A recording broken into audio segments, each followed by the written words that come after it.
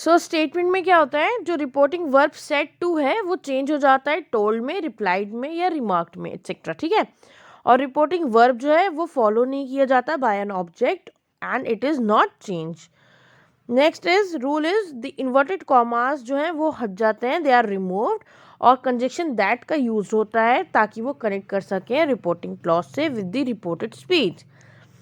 So the rule for the change of pronoun tenses etcetera are followed. Direct में जैसे example है, Ramu said I saw a lion in the forest, तो indirect में हो जाएगा Ramu said that he had seen a lion in the forest.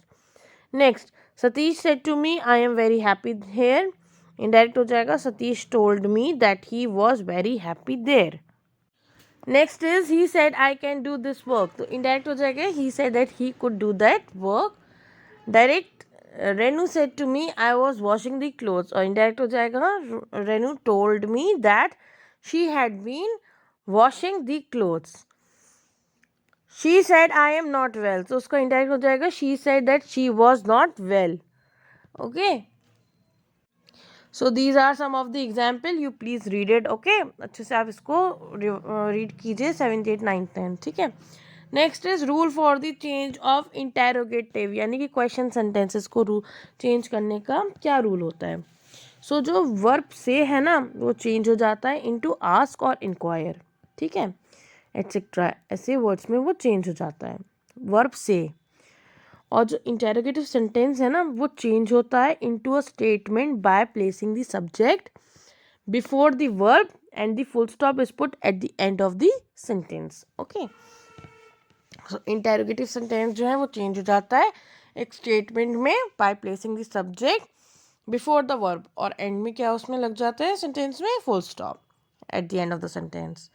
If the interrogative sentence has a WH word, अगर interrogative sentence में WH word है जैसे कि who, when, where, how, why etcetera, तो जो WH वर्ड है वो रिपीट होते हैं सेंटेंस में और उसको सर्व किया जाता है एज अ कंजक्शन। ओके, अगर इंटेरोगेटिव सेंटेंस जो है इज़ अ येस और नो आंसर टाइप सेंटेंस, यानी कि ऑक्सिलरी वर्ब है am, are, was, were, do, did, have, shall etcetera, तो देन इफ़ और whether is use as a conjunction, तो वहाँ पे इफ़ और वेदर यूज होते हैं as a conjunction. Okay, so जो ऑक्सिलरीज हैं जैसे कि do, does, did in a positive question in the reported speech they are dropped, उनको ड्रॉप किया जाता है, ठीक है। जो कंजक्शन दैट है that is not used after the reporting clause.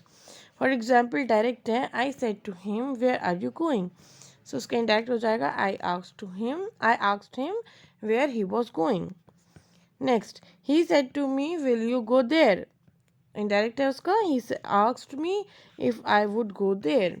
Okay, same third में देखो सेड है, सेड का हो जाएगा आस्क्ड, ठीक है, और इन्वर्टेड कॉमास भी हट जाएंगे। और if I had ever been, if you Deepak have you ever been to Agra, तो क्या हो जाएगा Deepak if he had ever been to Agra, और एंड में full stop. Okay, then I asked to him did you enjoy the movie, तो क्या हो जाएगा I asked him if he had enjoyed the movie.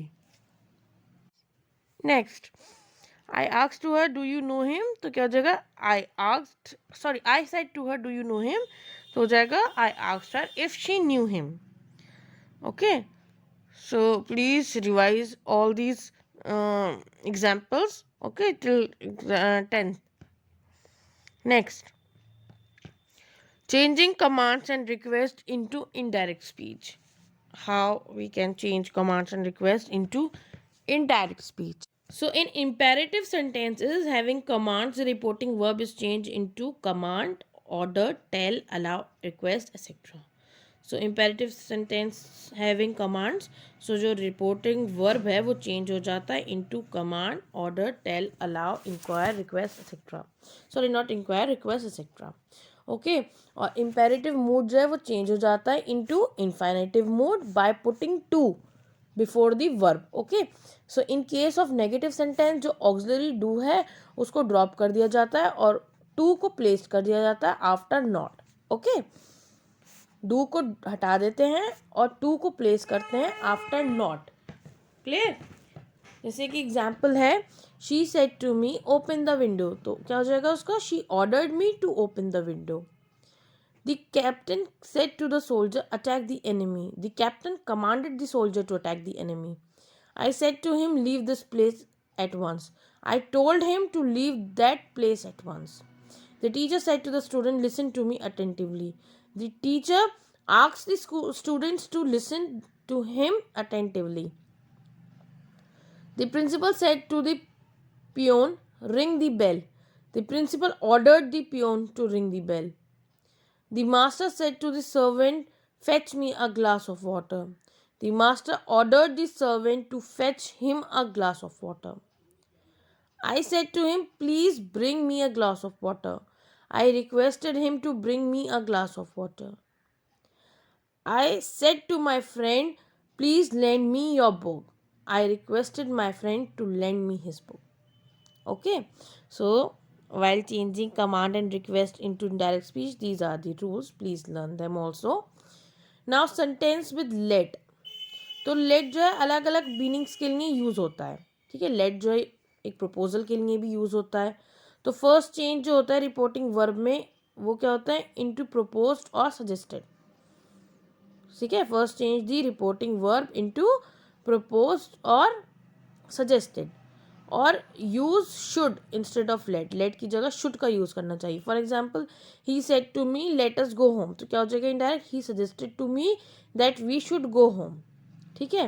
Next let जो है वो use होता है टू अलाउ, ठीक है। जैसे कि इनडायरेक्ट स्पीच में we change the reporting verb to requested और ऑर्डर्ड, तो we started reported speech with to, जैसे कि Ram said to Mohan let him do it, तो इनडायरेक्ट क्या हो जाएगा, Ram ordered Mohan to let him do that, या फिर Ram told Mohan that he might be allowed to do it, तो sorry to do that. Clear. So let का यहाँ पर ऐसे यूज होता है। क्लियर।